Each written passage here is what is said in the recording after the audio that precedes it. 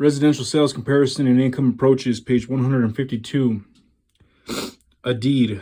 While in other states, placement on record might be an option.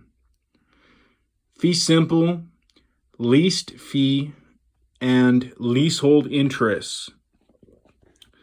When a property's owner enjoys all of the benefits of the bundle of rights, his ownership interests are said to be in fee simple, the greatest ownership one can have in real property.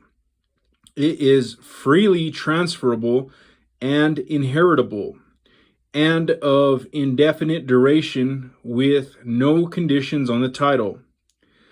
The bundle of rights typically includes the right of quiet enjoyment, the right of disposal, and the right of use. However, when the property owner leases a property, he is temporarily, for the term of the lease, giving up at the very least all or part of the right of use, and probably some other elements in the bundle of rights as well. The party leasing the property from the owner temporarily is conveyed as possessory interest in the property or defined portion of that property.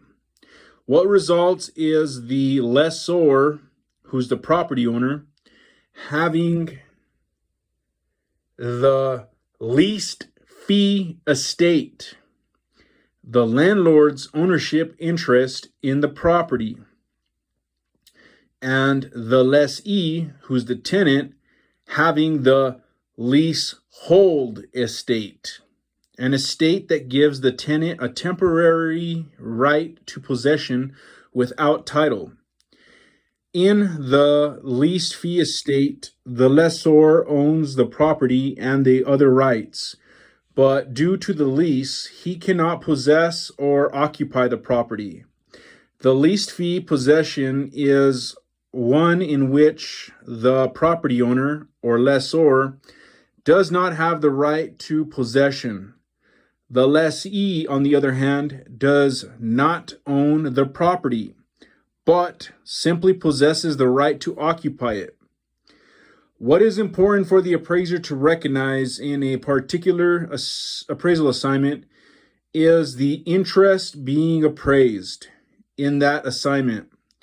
This discovery takes place during problem identification as part of determining relevant property characteristics.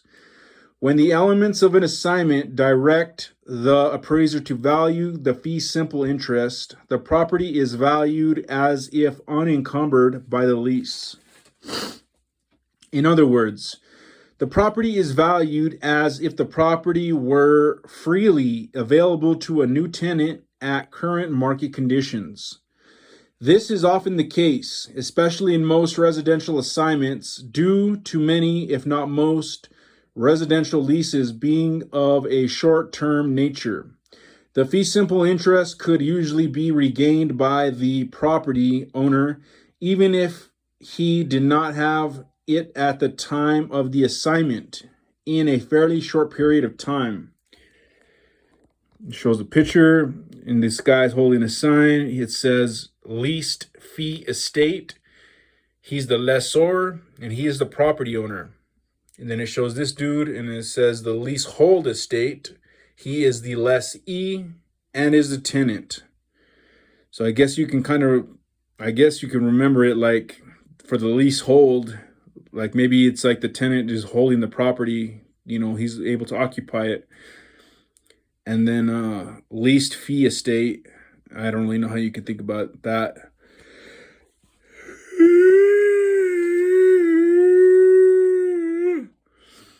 Page 153.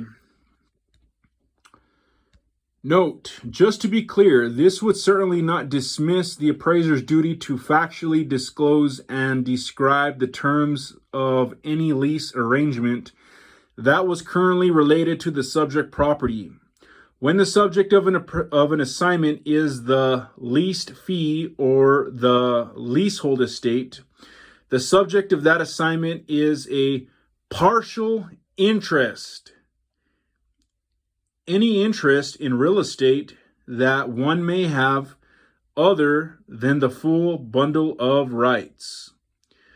We will talk more about partial interest and how they are valued in Chapter 7. Types and structures of leases. Leases could be highly customized in nature with terms that address a specific property in specific lessor/lessee situations and/or address the current condition and nature of a particular market.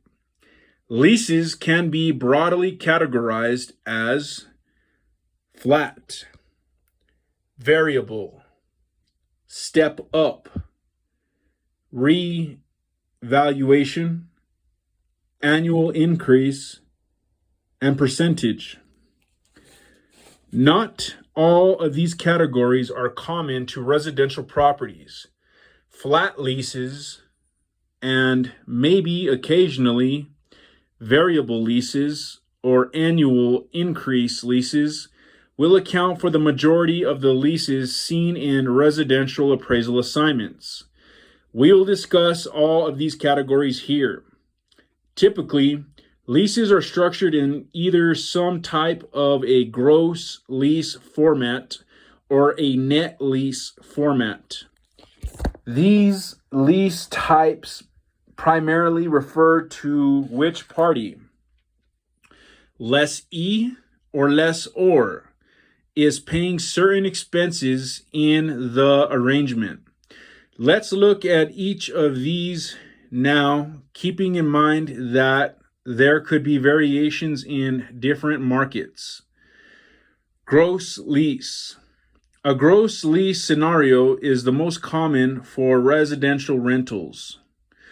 Most all apartment units would be classified as a gross lease, as well as many single-family rentals.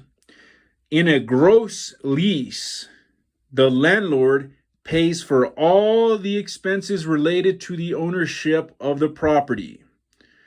These expenses typically include the real estate taxes, insurance on the property, and property maintenance and repairs. There could be markets and properties where the landlord pays the utilities, such as properties with shared metering. But with other markets and properties, tenants could pay their own utility expenses and still be termed a gross lease. An alternative type of gross lease is a modified gross lease. In this scenario, which is also called semi-gross, the lessor and the lessee are sharing certain or all expenses. So it was highlighted gross lease in here.